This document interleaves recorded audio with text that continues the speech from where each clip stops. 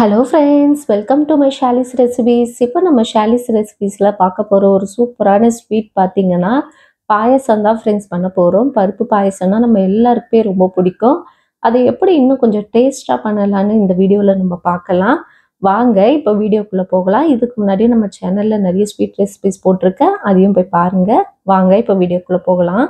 First ஒரு pan எடுத்துக்குங்க. இதில் வந்து 1 கப் அளவுக்கு நம்ம மூங் தால் எடுத்துக்கலாம். பாசிப்பருப்பு 1 கப் எடுத்துட்டு இதை நல்லா ட்ரை ரோஸ்ட் பண்ணிக்கோங்க.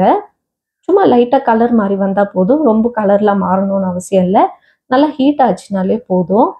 இதை கொஞ்சம் சூடு ஆற விட்டுட்டு அதுக்கப்புறமா இதை நல்லா வாஷ் பண்ணிக்கோங்க. ஒரு 2-3 வாட்டி தண்ணி விட்டு நல்லா வாஷ் பண்ணிவிட்டு ஒரு குக்கரில் போட்டுடலாம். குக்கரில் சேர்த்துட்டு இந்த பருப்பு வேகிறதுக்கு தேவையான அளவுக்கு மட்டும் தண்ணி சேர்த்துக்கிட்டு இது ஒரு 5 விசில் போட்டு நம்ம கேஸை ஆஃப் பண்ணி வச்சிடலாம்.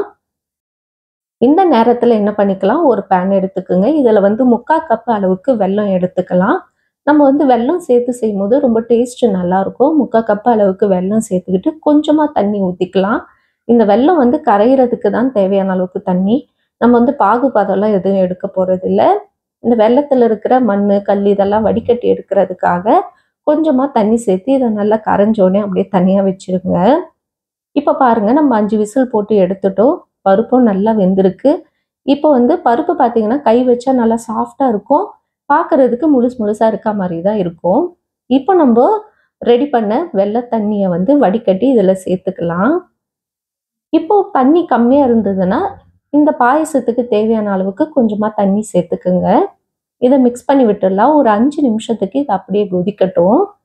5 நிமிஷம் கொதிச்ச பிறகு நான் 2வது டைம் எடுத்த தேங்காய் பால் இப்போ 1 கப் அளவுக்கு சேர்த்துக்கிறேன். உங்களுக்கு தேங்காய் பால் வேண்டாம்னா நீங்கள் நார்மல் பால் கூட இதில் ஆட் பண்ணிக்கலாம்.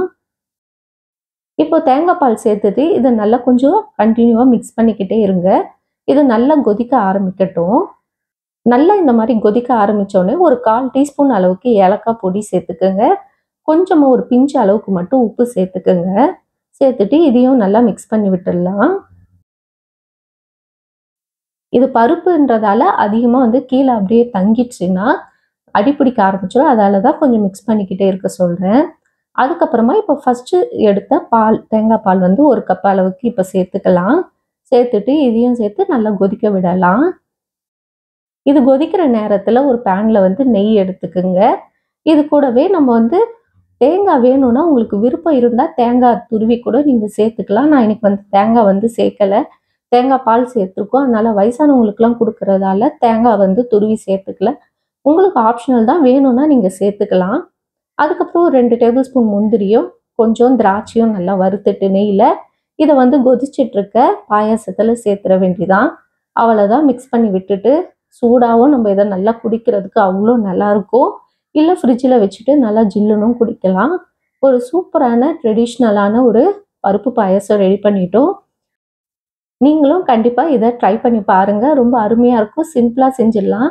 நம்ம நார்மலாக பருப்பெல்லாம் ஏதாவது வேக வைக்கும்போது கொஞ்சம் பருப்பு எக்ஸ்ட்ரா வேக வச்சு எடுத்துக்கிட்டிங்கன்னா அன்றைக்கி வீட்டில் பருப்பு பாயசம் செஞ்சு அசத்த வேண்டிதான். இந்த மாதிரி சிம்பிளான ரெசிபிஸும் யூஸ்ஃபுல்லான வீடியோஸ் பார்க்குறதுக்கும் நம்ம சேனலை மறக்காமல் சப்ஸ்கிரைப் பண்ணி வச்சுக்கோங்க. இன்னொரு வீடியோவில் உங்களை சந்திக்கிறேன். பாய் பாய் ஃப்ரெண்ட்ஸ்.